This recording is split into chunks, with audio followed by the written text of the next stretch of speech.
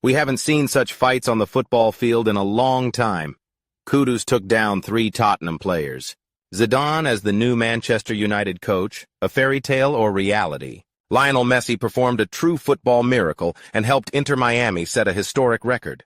Real Madrid considers Mbappe's transfer a mistake. Will Kylian stay at the club? Who will become Manchester City's new coach? And Barcelona's new world transfer record? We are talking about this and much more today. This is a hot selection of the most interesting football news. Don't forget to subscribe to the channel, click the bell, and like this video to get more news about our favorite game. Your support is very important to us. Let's get started. Guardiola keeps dropping hint after hint that he is, in fact, leaving the team. This time, he even outdid himself by stating that Manchester City's bosses already have a candidate to replace him after his departure. I'm almost sure the club has options in case I leave. Sooner or later it will happen. The club is prepared for this. It won't be a surprise. I won't delay every move knowing it could create problems for the club. If I felt that my presence in the club was the issue right now, I would make the necessary decision as soon as possible. However, I don't have that feeling, said Pep. He then mentioned that he would actually like to coach a national team. Yes, one day I would like to coach a national team during my career. The Athletic, a publication that is perhaps more informed than anyone about what happens inside the Premier League, came out with the headline that the successor Pep was talking about could be Xabi Alonso. Reportedly, Manchester City management considers him the best of all possible options and will take maximum action to bring him in after Guardiola leaves. Earlier, the press reported that besides Alonso, their shortlist includes Ruben Amorim, who currently works at Sporting. It's hard to say who is better. Both have done great work with their teams and shown impressive results. However, Amorim's appointment seems more realistic in light of all the talk that Alonso is set to replace Carlo Ancelotti at Real Madrid. On the other hand, we're talking about Manchester City, a club directly following in the footsteps of the Galacticos in terms of status and power in Europe. Who would you like to see leading Manchester City? Let us know in the comments. The final regular season match for Miami was pure madness. This game, in some sense, became historic. 2 teams faced off, both contending for the same record. To be precise, New England was the current record holder, and Miami could surpass it. The record relates to the maximum number of points earned in a regular season. Before this game, no team had ever scored more than 73 points, a record held by New England.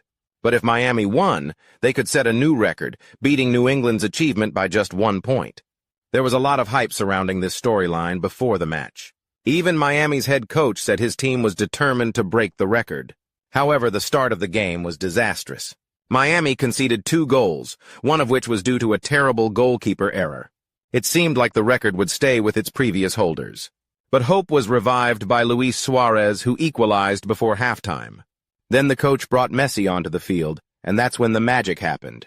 The Argentinian scored a hat-trick in just 30 minutes and gave Miami fans this historic victory.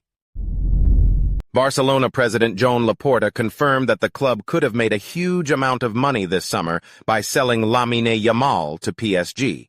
We know how to sell. If someone wants to buy our players, they need to make a good offer. But we want those who play for Barcelona to respect the club and each other. The club received an offer to sell Lamine for €250 million, and I said no. Laporta's words are cited by Sport. Yes. For reference, Transfermarkt values Yamal at €150 million. We still believe that not selling him was a mistake. It's not that Yamal is bad. No, he is actually very, very good. But we're talking about a huge amount of money. Selling him for $250 million could have helped the club cover part of its debts and maybe even find an alternative. If we were talking about a figure closer to his transfer value, there would certainly be something to consider. But $250 million is a lot, no matter how promising the player is. Journalist Rumen Molina shared some insider information regarding the Stockholm incident involving Mbappe and the current atmosphere inside the Royal Club. They regret signing him, I can guarantee that. I was told this off the record. Perez has always loved star players. He developed a close relationship with Mbappe, but the club is disappointed with his signing. Firstly, because his performance level does not meet expectations. Secondly, the dressing room atmosphere isn't great anymore, though that might not entirely be Kylian's fault. I think Real Madrid made a big mistake. He didn't have preseason preparation, he just started playing official matches right away, unlike Bellingham. Daily Mail quotes Molina. We had already raised this issue even before Mbappe's transfer to Real Madrid. It wasn't entirely clear why the Royal Club needed him in the first place. Well, perhaps as some kind of new jewel for Florentino Perez. Because without Kylian, Los Blancos looked like a well-balanced team with already established leaders who got along very well with each other. Then Mbappe comes in, and not only does his transfer disrupt this harmony, but it also draws unwanted attention to Real Madrid. We're referring to the story with the girl. We are not making any claims, but this really looks like some kind of provocation and an attempt to damage Kylian's reputation.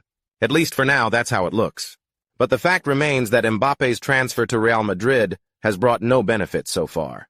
Again, at least not yet. According to The Independent, Manchester United's management is in constant contact with Zinedine Zidane. Jim Ratcliffe is a personal fan of Zizou and remains hopeful of bringing him to the club as head coach. Let's recall that not too long ago, Ratcliffe stated that despite his support for Ten Hag, the decision to dismiss him would not be made by him, but by more competent people in this matter. Meanwhile, Ten Hag himself calls all the talks about his departure rumors spread by the media and insists everything is fine. All this noise is only coming from some media outlets that make up fairy tales. They spread lies. Some journalists don't believe what I say. I've read their articles. We in the club are united in our view. I am confident of that. Inside the club, everything is calm. Of course, we discuss our position and situation, but we are sticking to the plan, said Ten Hag, as reported by journalist Fabrizio Romano. Apparently, his plan involves staying in the bottom half of the table, though this is clearly not the plan that the fans or the team's management hoped for. As for Zidane and whether we will see him at Manchester United, Zidane has long been hinting at a possible return to coaching. Who knows? The French national team isn't an option for him right now, as there are no serious talks about Deschamps being dismissed. So, Deschamps will lead France to the next World Cup, which means Zidane will have to wait for his chance. During that time, he could easily be hired and fired from Manchester United once or twice. But in all seriousness, Zidane is a good option for United. There's an opinion that Zidane is, as they say, just a PE teacher. And there may be some truth to that. But not always do you need complicated tactics to achieve results, as Guardiola does. Zidane's football was simple but effective. His strength wasn't in tactics, but in his ability to motivate and create, if you will, a positive atmosphere within the team. And that is priceless. Manchester United needs a coach like that right now, not one who imposes intricate tactical schemes.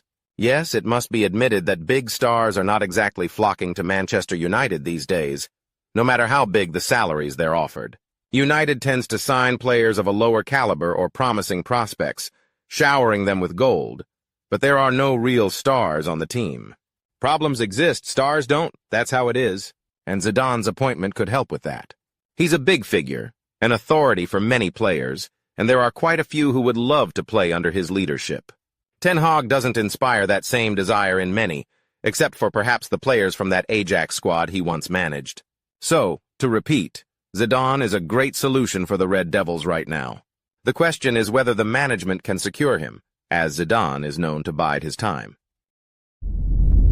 Tottenham shouldn't have had much trouble beating West Ham at their home stadium. Recently, the Spurs have looked excellent, and their crisis-stricken opponent shouldn't have posed any threat. However, in the first half of this match, Tottenham showed one of their worst versions. Not that the team was catastrophic, but they were extremely ineffective. On top of that, West Ham started the match surprisingly well. They were the first to open the scoring. Mohammed Kudus successfully finished an attack he initiated himself. He then celebrated the goal in an over-the-top manner, but this would soon come back to haunt him. But before that, let's talk about what happened next. By the end of the first half, Tottenham managed to equalize, and then they humiliated their opponent in the second half. Within the first 15 minutes, the Spurs scored 3 times against Areola, effectively sealing the outcome of the game. But the most interesting part of this match happened at the very end. For some reason, Kudus fancied himself a martial arts master and took out 3 Tottenham players in one episode. First, let's point out that on the flank, Kudus was up against the relentless Vande, who repeatedly disrupted the wingers' attacking efforts. In one of the game's episodes, Kudus and Vande clashed again. The forward knocked the defender to the ground and followed up with a couple of kicks. Clearly, Vande wasn't happy with this treatment. He exploded and charged at Kudus, asking, "What the hell are you doing?" But instead of a response, he got a slap and fell back to the ground. Richarlison rushed to help his teammate but miscalculated and slammed his face into the back of Kudus's head. That made him the second victim of West Ham's winger. But Kudus wasn't done yet. In the next scuffle, he slapped another Tottenham player, but Sarr proved to be tougher and remained on his feet. The referee, after consulting with VAR, showed Kudus a red card, sending him off. So far, I haven't seen any concrete news about the forward's potential suspension. Clearly, he will miss 3 games for receiving a direct red card. But if the FA doesn't intervene and at least double the punishment, it will set a precedent for other players. As Peter Crouch rightly pointed out in the post-match studio, Kudus simply lost his head and was ready to throw punches at his opponents. In my opinion, such behavior should be punished more severely than with a standard suspension. That's all for today. Don't forget to subscribe to the channel and like this video, and be sure to watch our previous video. It just appeared before your eyes right now. See you. Good luck to everyone. Goodbye.